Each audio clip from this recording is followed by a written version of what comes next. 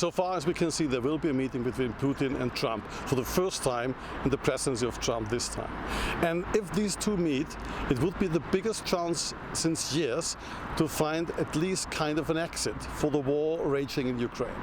Because Mr. Trump needs at least something. He can sell at home as the peacemaker and the international president he always wants to be.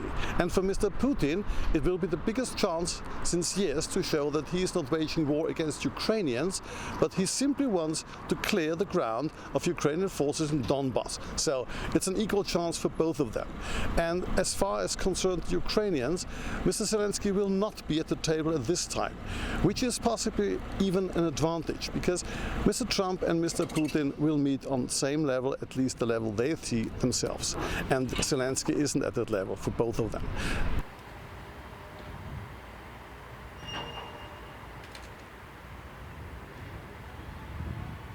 And secondly, he might of course intervene if he is at the table. So he can simply pray to the Lord that Mr. Trump will be a good honest broker for the Ukrainian cause, which means that he takes what he can for the Ukrainians and then they must sell it to Zelenskyy.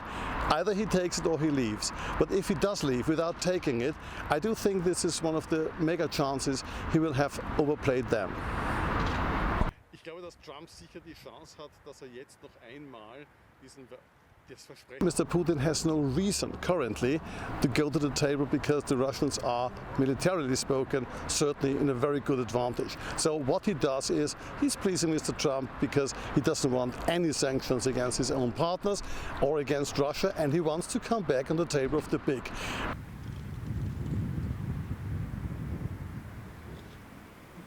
If this meeting next week does not take place, we at least are confronted with a very bad situation for Ukraine, because it does mean that the Russian offensive goes on from the air and on the ground, which does mean that the cities will be bombed every single night, as long as the Russians have the drones and the means for that, which they do have.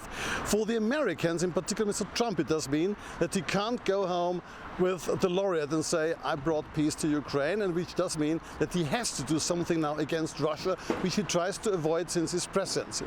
And it does mean that he has to strike against the partners of Russia, which is mainly China and India and even South Africa, and all three already told him we don't care about that, which does mean that in particular the trade policy of the US will be at least shattered against three big partners.